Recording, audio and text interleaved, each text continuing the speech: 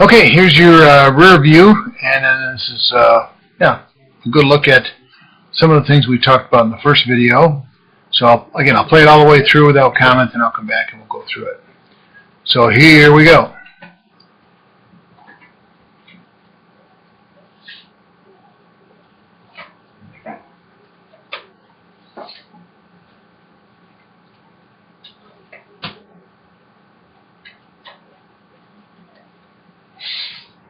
Okay, let's go back to the beginning. Oops, and let's stop it here. I want to go back. Okay, so when you start, again, do you have your nose over your belt buckle? Usually it's kind of in line with your foot. So if I draw a line, you know, from the ball of your foot, that's all beyond the ball of your foot, but you want to get your nose over that so you have better control on this back toe. Let's see what happens as you lift up. So that would, I think that qualifies for me. Probably just a touch more, but I think that's working. Okay. Okay. Now let's watch as you come down, break your hands. You come out of your glove, you break your hands, you know, right about there, right? And then as you, now at this point, as soon as you break your hands, that's usually when the back leg will start to come into play as far as, you know, driving you, you know, in this direction more, okay? So let's see what happens. You break your hands, you come back. Now you're in a position where you're stepping. Here, I'm going to take this other stuff off here.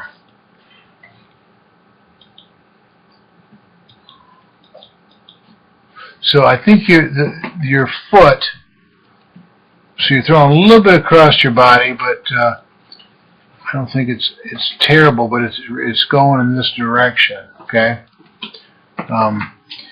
And anytime you got to throw across your body, it just makes it more difficult. Now, the good thing I like about this is, like I said, you have some nice, good external rotation of your forearm. It lays back almost parallel with the ground, which is great.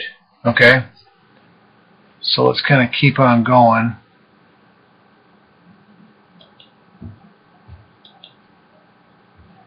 All right, so that arm angle, it's kind of hard for me to tell if your arm is fully extended. I think it's probably pretty close. Let me take this out of there and see what that looks like. Okay. So that's about a, you know, kind of a 10 o'clock delivery.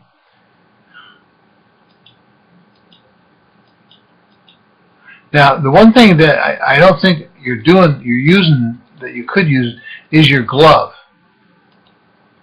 You stick it out front, good. That's good.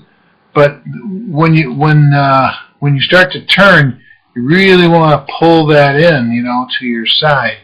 And I think what happens here is you kind of bring it around, then you stop it.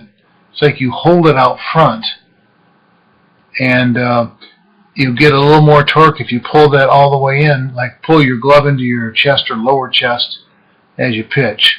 See how it seems like it's sort of kind of like it's almost stopped right here. So I think that's one thing you could do. I like the fact that your foot releases. Let's see how your foot does. Okay, so right as you release, your back foot is released. So that's good timing. Okay, right after the release of the baseball, you release the back foot. All right. Let's see what else happens here.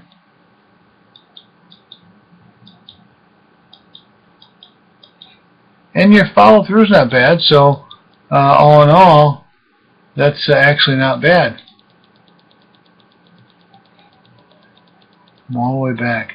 Now, I pointed this out in the other flick, but when your foot is down, let's see where your hand gets to. Okay, your foot, and again, I'm talking about your front foot, right out here. That's a key point in your delivery. I'll go back one so you can kind of see your foot.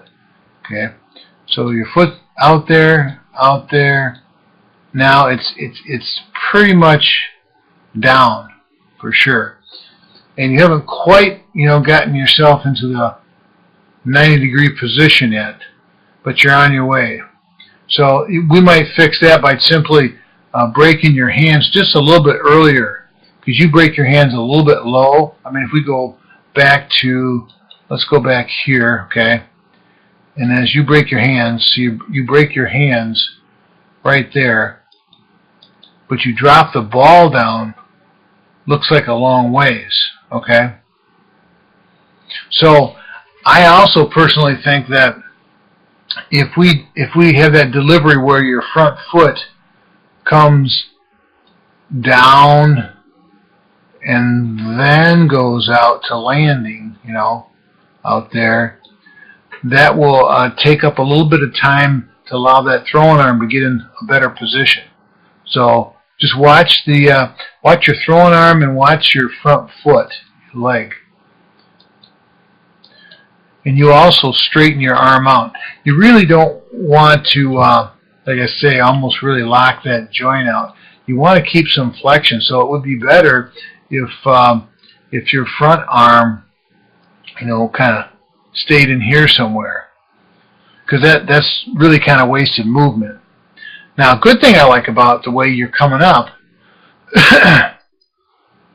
okay, see, your arm could jump into position much quicker as opposed to what you're doing right here. Okay, I like the fact that the ball is facing towards first base mostly. Okay, you aren't turning the ball a second, so that's a healthy thing for your arm. So you're doing, I think, a good thing there. And let's just see if you get much thrust out of that back leg.